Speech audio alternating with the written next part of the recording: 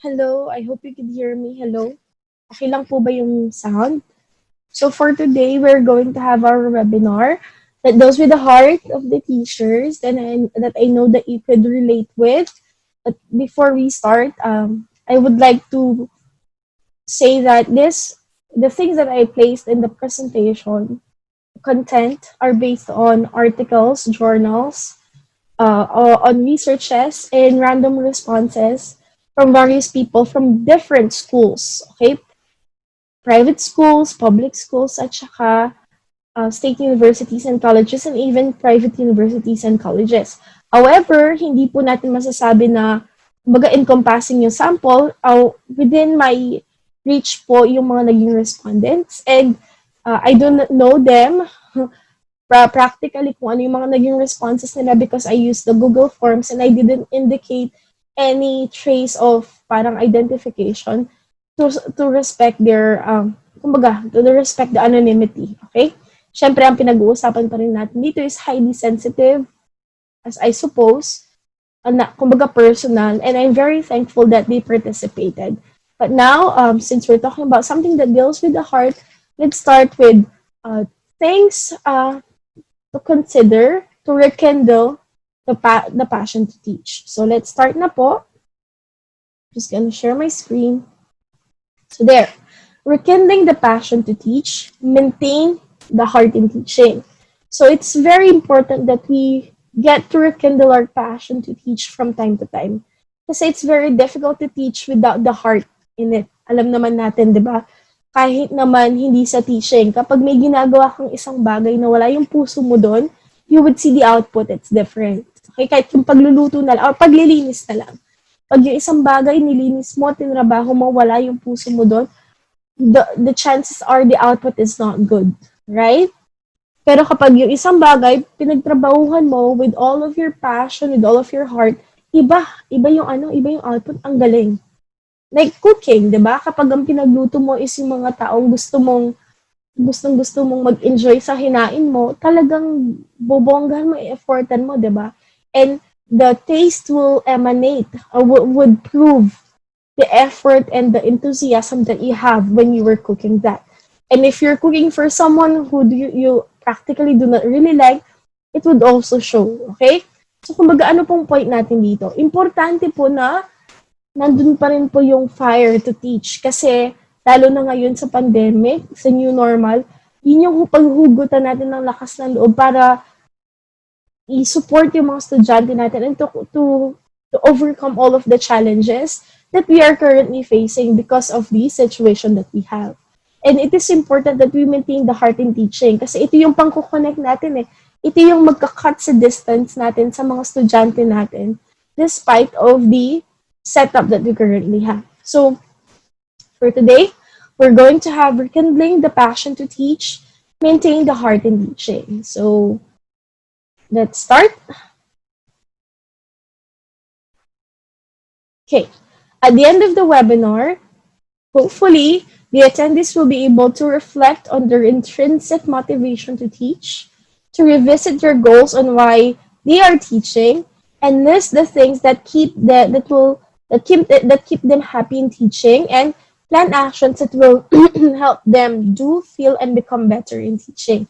By the way, thank you so much for being here with us kahit Saturday at paggabi na. Sana po nakapagsaing na po kayo. And wherever you are, please make sure that you're safe, okay? So thank you so much for listening and watching.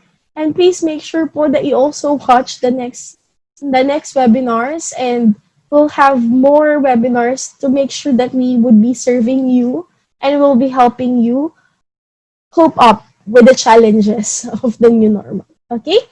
So ayun po. Reasons that demotivate teachers. So practically po, hindi po bago to.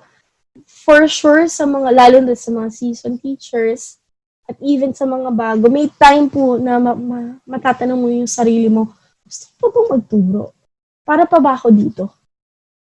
Wala, di na ako masaya. Something like that. Ba't ganun? Nakakapagod. Okay?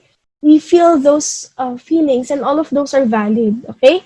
So, may mga reasons po kung bakit ganun. So, as I've mentioned, there have been studies And the responses that I got made me arrive with these factors that demotivate teachers. So I categorize them into three. We have work problems, personal problems, and external factors. Okay? Kumbaga, holistic pa din yung approach natin. So let's start with the work problems. Okay? Work-related factors. First is the teaching loads. Teaching loads as in the things or the subjects that you teach and the sections that you handle plus the work that you're doing, okay? So there are people who think that teaching loads can be demotivating because they teach a lot, like overloaded sila. Like who would not feel demotivated if you do not have the time to rest, okay? Sadly, there were cases earlier, if you remember, that there were teachers who really got demotivated and even to the point who fell into depression kasi they're handling multi-grade levels and then they have even a lot of preparations, okay, plus the paperwork. So that really tested their passion to teach, okay. So teaching loads can be a big factor to demotivate the teacher, especially when the teacher does not have enough time to prepare or wala na siyang breathing time dahil dun sa dami ng loads niya. Pwede rin pong maging factor ang hindi niya subject ang tinuturo niya. Okay? Kaya nga po may mga specializations tayo, especially for high school teachers.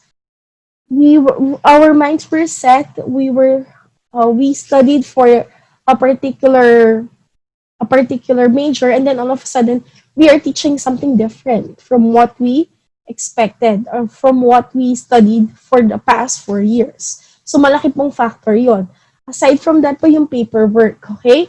The paperwork, pero ideally po if you're gonna consider, the paperwork could be minimized, could be lessened if we do them immediately. Aso ang nangyayari po is natatambak. So kapag natambak na, hindi na kumbaga malapit na yung deadline, natambak na. So nandun na yung frustration na de-demotivate na tayo. So kumbaga po, those become factors. At ang problema, hindi lang solely dun sa load, minsan meron din sa teacher. So we're gonna sort those things out afterwards, okay? So yun po, yung teaching loads could be a very big factor, okay? Alam ko, ang dami-daming hinahandle na subjects. Tapos iba-iba pa. Tapos multi-grade pa, okay? So, different year levels pa. Goodness. Okay, I could remember a specific teaching experience wherein I handled four different subjects. So, grabe yun. But not in my present work. Pero, kinaya naman. Pero, I know in myself na hindi ko nabigay ang best ko dun sa apat. Kasi imagine mo yung apat na preparations. I also had a friend who had 7 or 6 preparations, and definitely, although that friend is really a good teacher, meron pa rin mga sacrifices. One of those is hindi na siya natutulog at ang dami talaga ng preparations. Okay? Second is stagnation. Okay? Stagnation. What do we mean by stagnation? Walang kaunlaran. Hindi nag-develop, hindi nag-progress. Kumbaga, nandun na lang siya. So, that could be a demotivating factor kasi iba ang impact ng growth sa isang tao. Diba, kumbaga, kung nagda-diet ka, okay? Kunwari, nagda-diet po tayo. Tapos, nire-restrict mo yung food, kumbaga, balanced diet, nag-exercise ka. What would you feel if you would see that every time you step on that weighing scale, hindi naman nababawasan yung timbang mo? Anong gagawin mo? So, definitely, pa-frustrate tayo, titigil, kumbaga. Same goes with the concept sa work. You do your best, you try to work excellently, pero walang growth, walang pinatutunguhan. So that could be a demotivating factor for teachers. So kumbaga, you're doing your best, you're doing the work, but nothing happens, okay? Kasi if you would consider, growth is something that we look forward to. Like, for example, sa mga students natin, di ba kada year level, excited yan. Grade 6, excited yan na mag high school kasi it's moving up, it's shifting, it's graduating from that year level, that grade level, then you move higher. That means you're moving a notch higher, okay?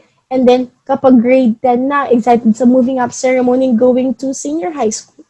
In senior high school, graduating to college, okay? Kasi parang kapag nakaka-graduate ka, umaangat ka, that means may ginagawa kang tama. At merong affirmation that you're doing something right. But then, for stagnation, walang ganong feeling. Na feeling mo na stuck ka na lang, nandun ka na lang. Hala, para ka na-shoot dun sa butas, sa trap, then hindi ka makalabas. Eh, nandun ka na lang. Na kahit anong effort ang gawin mo, hindi ka makalabas dun. Because we all want to have, admit it or not, we want to have the time to shine as well. Okay, kaso, hindi lahat nabibigyan ng chance. Okay? Next is the attitude of the students. So, ang attitude ng students, pwede siyang motivating or demotivating factor. So, let's consider it first as a demotivating factor. The students could serve as demotivating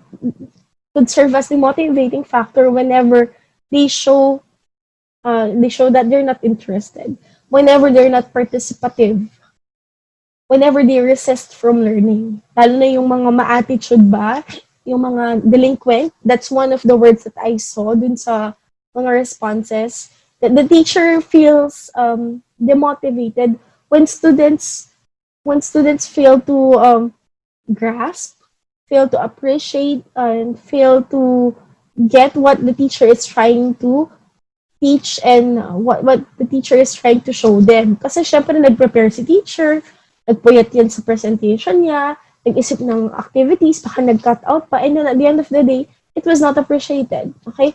At the end of the day, it didn't work. The students didn't participate. So at the end of the day, ang teacher, medyo iba yung pakiramdam niya. So I know you could relate. I also experienced this one in a sense na attitude of students, na ma-attitude talaga sila during that time. I understand it's their teenage years, adolescent years, kumbaga nasa peak yung mga hormones nila. But it was really highly demotivating to know that the students that you're facing are not genuine, okay?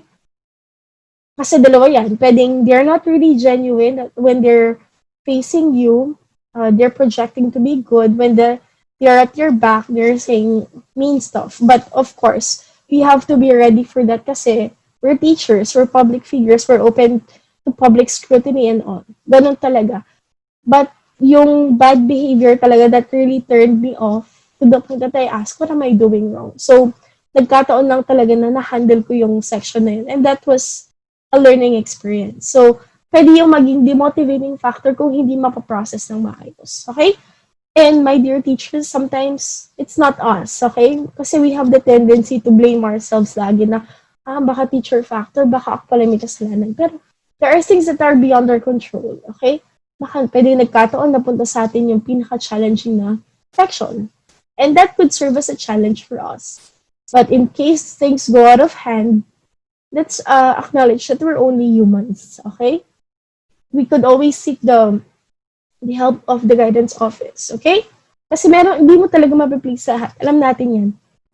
Kahit anong gawin mo, kahit mag-joke ka and all, tinatry mo na nga yung best mo, minsan ililibre mo pa silang food, you'll cook for them. Pero meron pa ding may masasabi, and that's part of our work. Sadly, okay? But sometimes this could be grounds for demotivation. Okay? Lalo na kapag ibang level ang attitude ng estudyante. Okay? Next po, number 4 is co-workers. Yes. Ito din yung isa sa mga neutral factor na pwedeng motivating at demotivating. On the demotivating part, co-workers can serve as a demotivating factor when their conflict magnets, parang ganon, that these particular co-workers are not really proactive. Sila yung mga reactive, either reactive, not cooperative. Sila yung mga envious types na, and of course, the chismax types, mahiling mag-chismis. Wala nang ibang napuna, kundi yung kung ano yung mali, kung ano yung problema, pero hindi naman nakikipag-cooperate. Okay? This could also be the co-workers who are not masipag or who are lazy. that if you're working as a team, sila lagi yung pinanggagawa mo. There's no problem in helping, but syempre, when times are really busy, kailangan mo din namang tapusin mo na yung sa inyo. There are coworkers na magpapatulong sa'yo, pero magpapatulong sila.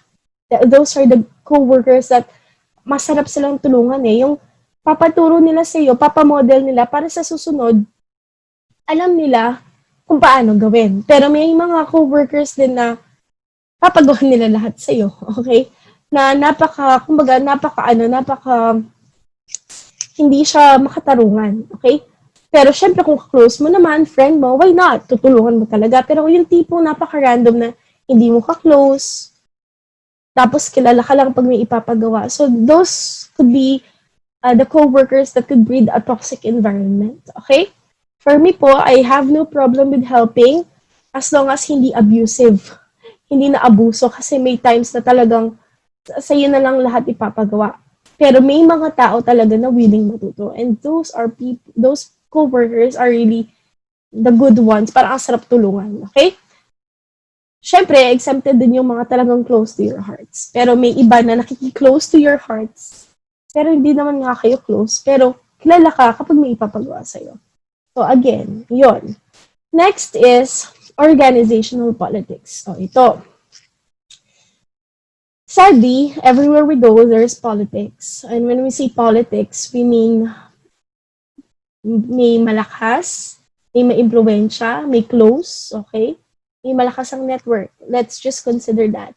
And for some, organizational politics can be a demotivating factor when it doesn't work for them. Let's admit it or not.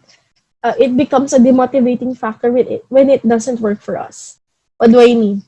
Hindi ikaw yung napili, hindi ikaw yung paborito, or hindi ikaw yung nabibigyan ng chance to promote. Kasi iba yung may ibang mas malakas, may ibang mas nabibigyan ng chance kaysa sa'yo.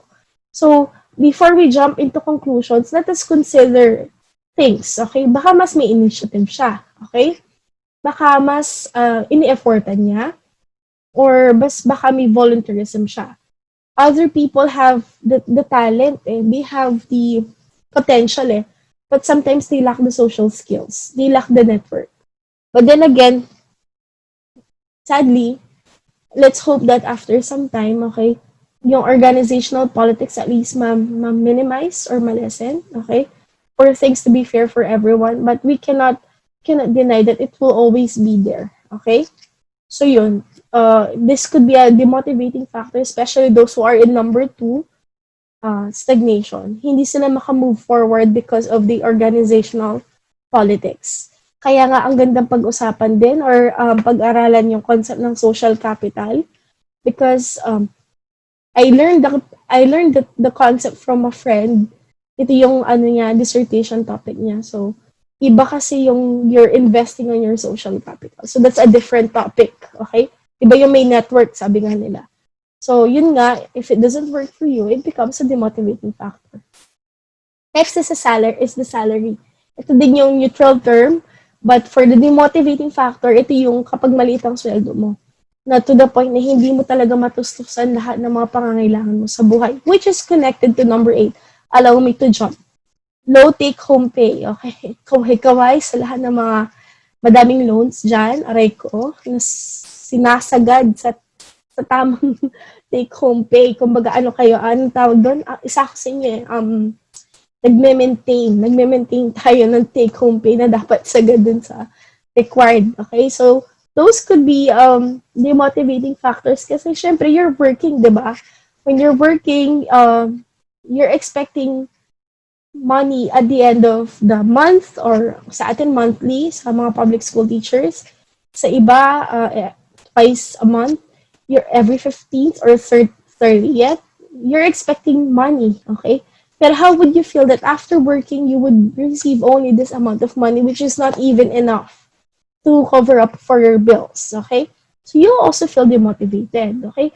For the salary part na napakababa, kunwari, syempre this would be for those na talagang hindi talaga kayang makipag-compete sa taas ng salary ng mga nasa public schools. they might be happy with the students, but the salary becomes a problem kasi we are, in the first place, we are working to survive, right? Let's be honest, hindi naman po tayo magtatrabaho na donate lang natin or hindi tayo na magtatrabaho, magpapagod para sa wala kasi kailangan po natin mabuhay.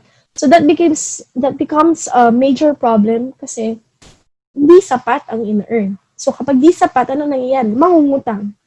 At kapag lubog na siya sa utang, nagiging ibang problema yun dahil nade-demotivate si teacher. Okay? And then, since I tackled 8, now let's go to 7. Lack of support and appreciation. I know, you know the feeling. Super effort ka, ginalingan mo, submit ka on time, or ginawa mo yung best mo, hoping that at some point it would be appreciated, but it wasn't. Okay? So, kumbaga, we could compare this one to our relationship ba? With a partner, with your wife or your husband. That if you feel that you're appreciated, you'll keep on doing things, di ba? You'll keep on making the person feel special kasi you know that the person understands, recognizes, and appreciates. Okay? Kumbaga, kung nagluto ka minsan, tapos nalasahan niya masarap, na feel niya na pinag-effortan mo, in-appreciate niya, what would you do the next day? You would cook, or the next time you cook, gagalingan mo pa. Same goes with work, okay? Kung ramdam mo na na-appreciate ka sa work, mas gagalingan mo pa kasi alam mo, there would be someone who would acknowledge your work, your output. Okay? Although, alam naman natin na dapat hindi tayo nag-work for recognition kasi someone from above could already see what we're doing. Pero iba pa rin yung pakiramdam na nire-recognize kung anong ginawa mo. And aside from this is the support, okay? When you know that the people around you, especially in your workplace, supports you, iba yung feeling, okay? You would work more, you would strive harder, you would work better. Kasi alam mo, there are people behind you who are cheering for you. So kapag walang support, either from the group or from those who are on top, the teacher tends to feel demotivated. Okay? Kasi parang this is the workplace where he or she is supposed to be pulled higher or pushed to his or her limits pero walang nakaka-appreciate. So that's where the demotivation comes into the picture. Sino ba namang hindi ma-demotivate kung hindi ka sinusuportahan, di ba? Sino pa naman hindi ma-demotivate kung hindi ka na-appreciate, okay? So there. And lastly is conflicts, okay? Conflicts, pwedeng sa students, pwedeng sa co-worker, pwedeng sa mga bosses, okay? But we know that any kind of conflict can be a demotivating factor, okay? So, isa yan sa mga factors na kumbaga i-consider natin. Kasi kapag meron tayong hindi kasundo, parang bumibigat ang mga paa natin papunta ng school. Not unless ikaw na talaga yung warrior na kahit makaaway mo lahat, matibay ka na. Pero kadalasan talaga factor na may problema ka or may kagalit ka. But then again, we can't please everyone, okay? So, those are work-related factors. Then, personal factors, okay? Demotivating factors din, nagagaling sa personal factors. First is family problems. Nag-away ang mag-asawa, malapit na silang maghiwalay, nagbasagan ng pinggan, naghagisan ng plato, stuff like that. That could be a demotivating factor for the teacher. Kasi before he or she steps into the school, may problema na siyang dala. Although the golden rule is, whatever that you have at home, you leave it at home. Whatever the problem is in your work, you have to leave it sa work. Pero sometimes, hindi mo talaga maaalis sa isip mo na pag may problema, nandun pa rin, nagiging demotivating factor yun. Or sa mga kids nila, they're having troubles with their kids, okay? Or with their current family. Those could be factors, okay? Another is financial difficulties. I know there are lots of people who want to give their best, who want to give to their students, who want to extend help more than the learning to the students. Kaso, may problema sila sa pera. So that could also be a demotivating factor, lalo na kung lubog na sa utang. So, kahit sino naman siguro, kung madami kang iniisip, pwede kang ma-demotivate din. But you could always turn things around. Mamaya natin pag-uusapan yan. But this is one, okay? I know you could relate to this for some, okay? Kapag umabot ka sa point na sobrang walang-wala ka, tapos pagka-receive mo sa sweldo mo, sobrang liit pa kasi ang dami mong loans. Yeah, that's part of the test. That's part of the challenge, okay? Nangyayari yan kapag sabay-sabay yung pinag-aaral, sabay-sabay yung binabayaran, ikaw ang breadwinner, and yeah, that's part of growth, and we have to overcome all of those things, okay? Another personal factor is when you have a different career preference. What do I mean? Parang iba yung gusto mong trabaho talaga. This one is applicable for those na hindi talaga nila gusto ang pagtuturo, na pinilit silang kuhanin ng education, or yun yung gusto ng magulang para sa kanila, or sumama sa mga friends, and it turns out iba pala talaga yung gusto nilang trabaho. So, kasi iba kasi kapag alam mo sa sarili mo na yun yung gusto mong gawin eh. So, when there's a different career preference at iba talaga yung gusto niyang kuhanin in college, way back sa college, pwedeng maging problema yun eventually. Okay? Pero may iba talaga na in love na sa teaching. Okay? And lastly, other personal issues, like the person might be suffering from depression, might be having other problems, relationship problems, or other things that is personal and not work related. Okay? Next po is external factors. Ito po, we know that the pandemic can be a big factor for us to be demotivated, lalo na dun sa dami ng preparations na kailangan natin gawin. And para tayong nangangapa talaga kasi we are all new to this, okay? The pandemic, as well as the social conditions, can be demotivating factors. You're gonna ask yourself, am I really into this? Am I ready to witness this? Am I ready to deliver this? Parang nandun yung tanong eh. Kasi natetest tayo ngayon kung kaya ba talaga, okay? Pero wala tayong choice. This is our job. We have to handle this, okay? The environment in general, kung lagi na lang may problema sa environment nyo, so kumbaga, lagi may away, may gulo, may catastrophe, those could be external factors, okay? Lagi ka na lang lumulusong sa baha, stuff like that. And last is the distance, okay? Na papunta ka sa school, aalis ka ng bahay ng 4 a.m., aabot ka sa school ng 6:30 or 7, then pauwi, ganun din katagal yung biyahe. It could also be a factor na parang imbis na yung 3 hours, 2 hours na biyahe mo, pinahinga mo na lang sa bahay, binabiyahe mo pa. So that could be a factor as well. Kumbaga kung iisipin po natin, ang dami-daming pwede maging factors. Pwede po niyong i-comment sa live chat or sa comment section. Actually, for other people to feel din na they're not alone. Kumbaga, we're discussing this not to magnify them, but to attack them and to recognize that we are all undergoing these problems from time to time. Pero, allow me to remind you that these are just tests, okay? And afterwards, kumbaga, we're the next versions of ourselves, okay? So, yun yung mga factors. So, with that, you have the personal, the work-related factors, and the external factors. So now, the real question is, how do we rekindle the fire to teach, given those problems, okay? So here are the suggestions that we got from various references and from my own experiences as well, or from my experiences. So let's start. First, recall the ultimate reason why you are teaching. Bakit ka nagturo? Bakit ka nagtuturo?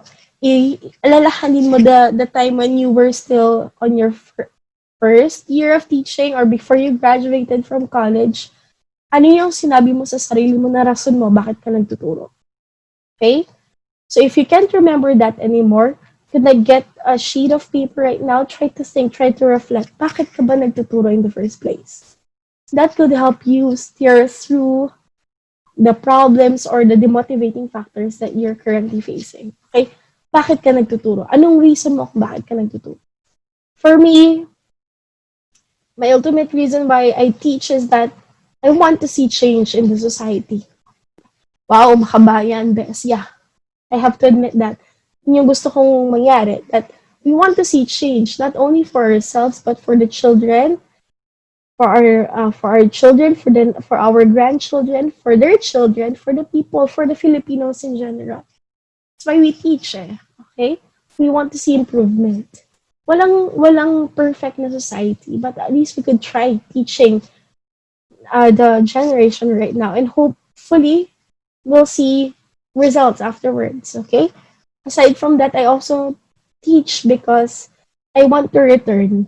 Okay, what I received. Okay, I believe that my teachers were really the best, and one way to acknowledge their expertise is for me to return to the less fortunate ones, to the ones who want to learn. Okay, so kumbaga yun yung grand reason ko why I teach. So you may consider yours as well. Next, be and do you. What's that? Okay, be you and do you. So maging ikaw-ikaw. What does that mean? You don't have to be pretentious just to be liked by others. Okay, you have to be you. Okay, maging natural ka. And gawin mo yun. Okay, so if we keep on trying to please people, we'll end up living in the shadows of what they want. Okay? So kumbaga, we are restricting ourselves with what they want. So it's about time that we do what we want. Okay? But still within the limits of what is acceptable. And you have to be you. Okay? And if you're real to yourself, you're being real to yourself, they will see that. Okay? And they will appreciate you for who you are. But definitely, let's remember, we cannot please everyone. Okay? Next.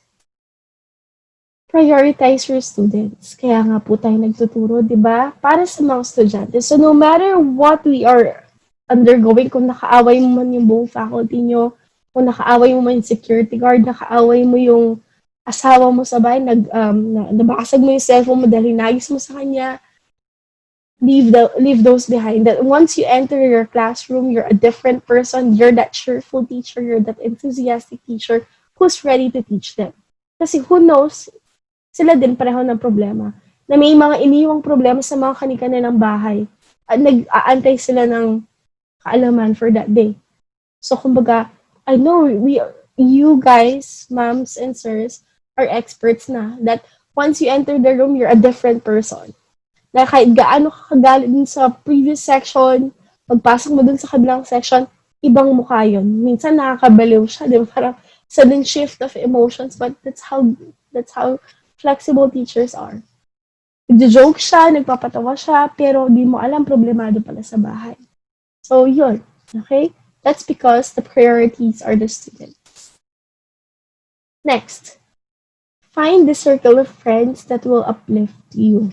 Yes, importante po ito.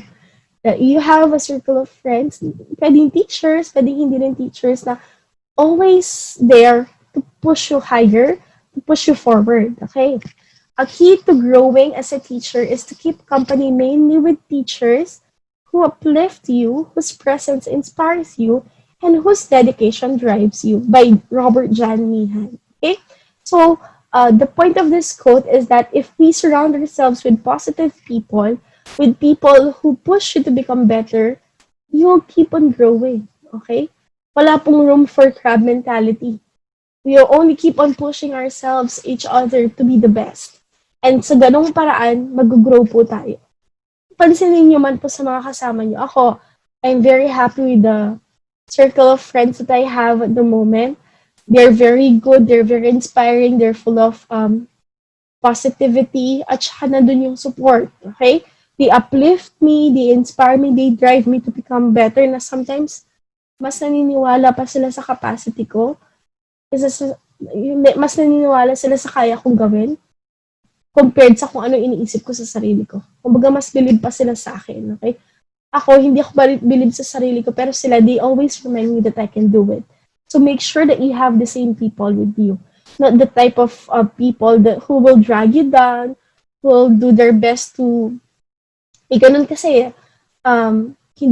hindi ka nila susuportahan, at the same time, papafeel nila sa'yo na mas sila. So, let's resort to a circle who would help you become a better version of yourself and who will not pull you down. Okay? Kumbaga, mas tutulungan kanyang umangat. I am very thankful with the kind of faculty that I have the senior high school family. Yes, okay? So, syempre, yung mga group of friends ko, they are all, this quote is for them, okay? Shout out to them. Kumbaga, ang ideal, okay? Sana you find yours as well, okay? The next, learn to prioritize. Yun yung nabanggit po natin earlier, okay? Ang daming paperwork. Tanong ko, dapat ba matagal na bang naibigay yan? Okay? Baka matagal na palang naibigay, hindi mo ganun umpisahan.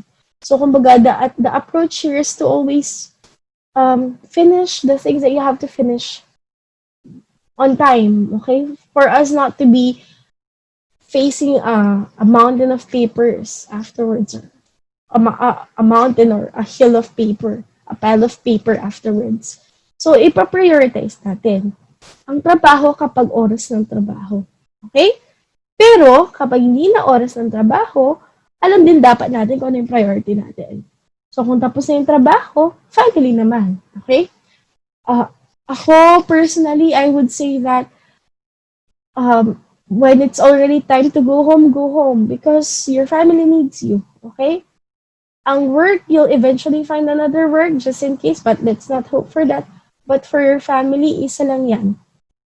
Let's say, medyo lumagapak ka sa trabaho mo, pwede ka mag-apply sa isa pang trabaho. Pero, pag ang anak mo, yung future niya nasira, ang relasyon mo with your husband or your wife nasira, kahit itry mong i-repair, di naman pwedeng basta-basta mag-a-apply. Kumbaga tamang balance lang. Learn to prioritize, okay? Kapag work, during work time. Pag family time, family time. Kumbaga nandun yung balance, okay? So, kapag friends time, edi friends time, okay? So that will keep us sane. And then give yourself the chance to grow, okay? So the chance to grow would mean that you would study, like what John Dewey said, that learning is a lifelong process. That's why we study Aside from, wag sana na tayo mag-focus dun sa concept na, mag-aaral ako para ma-promote. Oh, that's fun. We cannot deny that. Okay, pero mag-aral ka kasi gusto mo mag-grow. Kasi gusto mo mag-contribute sa society. Okay? Kaya ka nag-aaral para sa sarili mo yan. Then, if sometimes you're demotivated, your studies could give you the motivation to step back and move forward and bounce forward. Kasi ito yung kung di mo man ma-feel yung progress dun sa workplace, you see progress on your credit school. Okay? And it would even open up to more opportunities by the time you finish. Okay? So give yourself the chance to grow. And if you really want to learn, go for it. Next, allow your passion and your school needs to marry. What do I mean? Mag-merge sila. Kung anong kailangan ni school at kung anong gusto mong ginagawa, merge mo sila. If you're into editing, if you're into technology, you may volunteer whenever they need ICT help, okay? You're doing what you want, you're helping the school. If you're that kind of person who likes talking and sharing, you may volunteer if they need, pero wag naman yung masyadong push na ikaw na yung bida-bida, diba? Tamang volunteer lang. And give others the chance, okay? If you like talking, if you like sharing, when they need a speaker, go ahead, you volunteer, okay? And when your passion meets your school's needs, that's where the fun begins, okay? At hindi mo ma-feel na parang nag-work ka, okay? We need the chance. And then, whenever you feel demotivated, you have to recall that teacher who inspired you or who still inspires you. Yung high school ka, sino yung rason kung bakit ka nag-teacher? Okay? Sino yung naging reason kung bakit ginusto mo magturo? Okay? Isipin mo siya. At kung kaya mo, kausapin mo siya. Okay? And from there, you'll feel motivated again. And of course, seek trustworthy friends or a mentor who can hear you out and enlighten you. Underscore po natin yung trustworthy kasi careful po tayo doon. We all know that, right? Not all friends. Okay, emphasize lang po natin ulit that we have to be selective dun sa mga pinag-sharean natin ng problema. Like, For example, feeling mo, gusto mo na mag-resign, hindi mo pwedeng basta-basta sabihin yan sa kahit sino. Right po? Kasi po, para siyang ano eh, merong naging metaphor doon eh, na feed mo sa kanya tapos ina-announce niya pala sa buong mundo. Select the friends na pag-open up mo, na alam mo na talagang trustworthy, na masasabi mo kung ano talagang nafe-feel mo. Or a mentor. Someone who's higher, who's more experienced, para ma-enlighten ka niya. Pero that doesn't mean na lahat sasabihin mo na ipopost mo sa social media. So we have to select people na kung kanino tayo pwede mag-confide. And if we select them well, we would be guided well. Okay? Next. Be reminded of the people that you serve. Okay? Sino ba yung sinaserve mo? Sila ba? O yung mga estudyante? O yung mga tao? Kung hindi mo man makasundo yung boss mo, remind yourself that you're teaching not for him or her, but you're teaching for the students, for the people. Okay? Be reminded of the people you serve. Okay? Next. Nasa na? Okay. Come up with a resilience plan. Okay, ang resilience plan po, kumbaga, anong gagawin ko kapag na-burnout ako? Ano yung pwede kong gawin? So, you come up with a plan, either pwede kang mag-request ng leave, pwede kang makipag-usap sa mga close friends mo, pwede mo kausapin yung trusted na mentor mo, or someone from the admin na ka-close mo, for you to sort things out. Kumbaga may plan, naka-ready. Okay? Or pwede mong panoorin to kapag feeling mo na burnout ka na. Okay?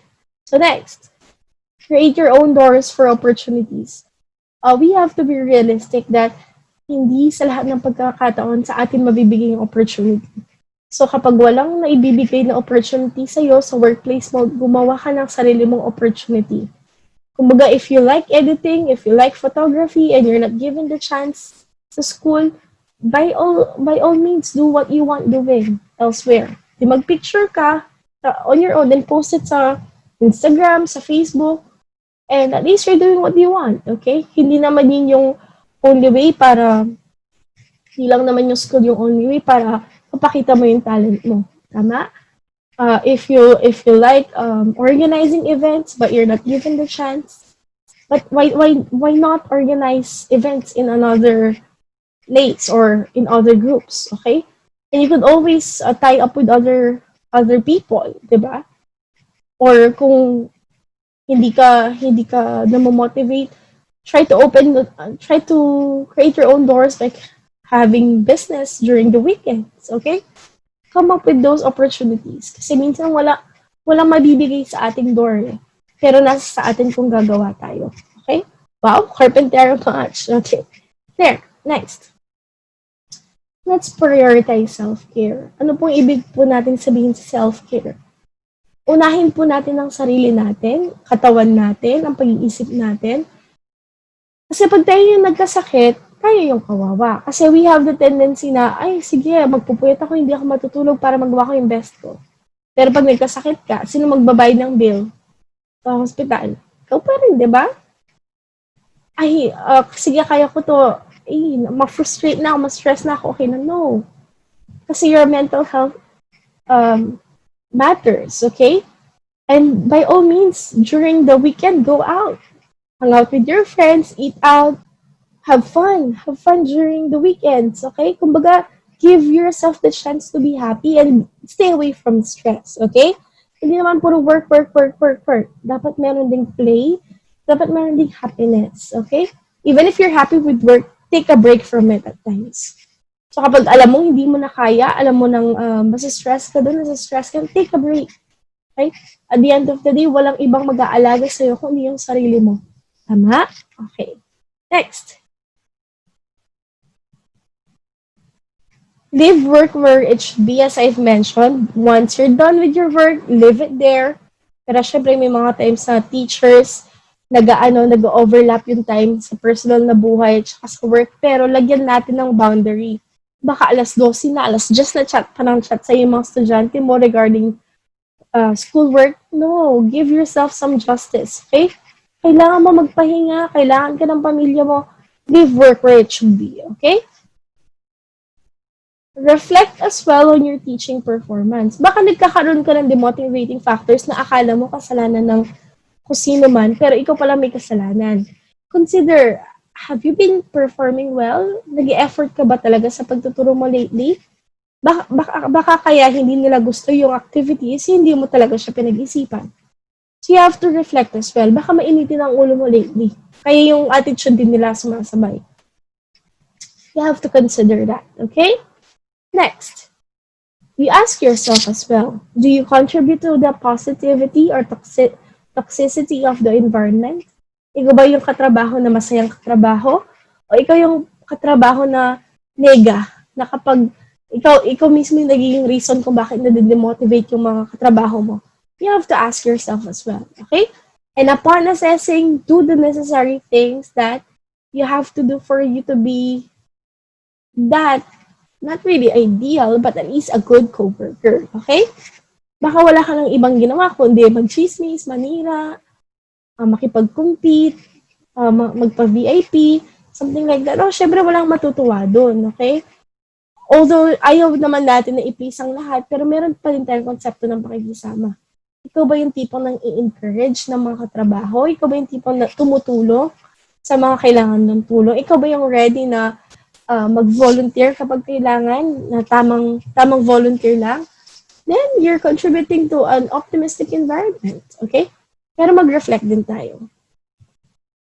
Next, adjust within the boundaries of your values, okay? Siyempre, as they have mentioned, once you enter a system, you have to adjust, but within the boundaries of your values. Not to the extent na mag-give in ka dun sa pangit, okay? Mag-adjust ka without compromising your values, okay? Baka sa kagustuhan mo makapag blend in, ma-accept, to the point na kahit hindi na maganda yung ginagawa, push ka pa din. Oh, sino na-compromise dyan? Kaninong values ang na-compromise? Okay? And if those are really your values, you wouldn't like the feeling. Okay? So there. Remain firm on your values and your principles. Because at the end of the day, yan yung mag-aano diyan ka makikilala eh. Okay? Yan yung magiging tatak mo. So, kung ikaw yung tipong walang set of values, that would be associated with your name. Okay? Remember, kung ito kung di mo naririnig to, kung di nyo naririnig to sa mga taong nasa paligid nyo, I would tell you this. Your school needs you. Your students also need you. Okay? Kailangan ka ng school mo. Kailangan ka kung nasan ka man ngayon. Na-appreciate namin kung ano yung ginagawa mo. Kahit minsan hindi nila napapansin. You are appreciated. You are doing well. You are doing your best. Okay? Kung di mo man marinig yan, deserve mong marinig. Lalo na kung pagod na pagod ka ngayon. Okay? Ginagawa mo yung best mo at I'm proud of you for what you're doing. Okay? So, the things that motivate the teachers to continue teaching, this would just be a rundown. Okay? Nabanggit na natin yung mga students, their love for students. Inspiring people in the workplace. Being a teacher, kasi di ba yun yung gusto talaga nila. So that inspires them. Okay? And then, the benefit. Syempre, kapag parating na yung bonus, iba na yung ngiti, di ba? Tapos the next week, makikita mo puro rebonded yung mga people. Aray, isa ako sa mga yan. Iba yung hatid na saya at motivation ng bonuses at ng sweldo na kumpleto. Kaya nga sa mga kapatid ko, sa mga loans dito at loan doon, targetin po natin na babu ang take-home pay natin. Na bawasan po natin ang loans natin kung hindi naman kailangan. Okay? The society, of course. That you're there, you're teaching not for you, but for the children and for the society. Okay? And of course, you teach because you feel fulfilled. Iba kasi yung fulfillment na dala ng teaching. Okay? So, what if it doesn't still feel right? It still doesn't feel right. You have to make a decision. Okay? Ginawa mo na lahat, ginawa mo na yung efforts na dapat mong gawin para i-rekindle mo yung passion, pero parang hindi pa rin eh. You have to make a decision. Pero, kapag gagawa ka ng decision, you should be able to consider all the consequences afterwards. Okay? Pero kung tatanungin mo, Importante ka kung nasan ka man ngayon. Okay? Pero kung hindi mo na ma-feel na nandun ang puso mo, go for what your heart tells you. Okay? Pumunta ka sa kung saan ka feeling mo sasaya. Okay? Pero, like what they say, I forgot who said this, but I often hear it from a co-teacher before, only take calculated risks. Okay? Kung kalkulado mo na yung mga risks, go ahead. Go for what your heart tells you. Okay? Because you deserve to be happy, you deserve to be appreciated, you deserve to grow, you deserve to feel good about what you're doing. Always remember that. Okay? So there, we're done na po. So sa lahat po ng mga sinabi ko, sana po may nakatulong. Sana po may na-feel po tayo na kahit papaanong spark, kahit konting spark lang. Okay, kahit konting pitik lang sa damdamin. At ito po yung homework natin. Actually, yan din yung objectives kanina. Mag-reflect po tayo kung ano yung intrinsic motivation natin to teach. Then, maglista tayo. Then, we could revisit our goals. Bakit nga ba ako nagtuturo? List the things that make you happy about teaching. Kahit scratch paper lang. Then, keep it sa wallet mo. And then, whenever you feel demotivated, pull that out, then basahin mo. It could be a letter from a student thanking you. It could be a letter from a colleague. It could be a sticky note from your boss. Tago mo. Basta kung ano man yung nakakapag-motivate sa'yo, nakakapagpasay sa'yo, keep it within your reach. That whenever you feel bad, you could pull it out and read it. Then plan actions that will help you do, feel, and become better in teaching. Okay? So, kumbaga, we are promoting development. Okay? Although minsan hindi tayo nabibigyan ng chance, make doors, create opportunities for you. Okay? So, always remember, my dear teachers, although medyo ginagabi na tayo, the best teachers teach from the heart. Sabi na po natin before. Best teachers would always teach from the heart. And a teacher who teaches from the heart is a motivated teacher. Kaya po natin pinag-usapan ito ngayon. Okay? So, here are my references. So, there. Please make sure po to watch as well our 3-day seminar. It's a 24-hour training on module writing. So it's creating interactive and self-directed modules across your levels. That would be on August 3 to 5, 2020. And I'll be one of the resource speakers as well as Shedi D. Mariari Lugtu as well. Okay? So make sure that you watch din po. And for the certificate, you will see on the description and the comment section the link. Just don't forget to evaluate. And please click the like button. Okay? So I hope may natutunan po. Sige po, ito na po. Pwede na po tayong kumain. So at the end of the day, my dear teachers, let's rekindle the passion to teach because the world needs teachers with the heart. So thank you so much. Have a great evening. Bye! Okay, salamat po. So,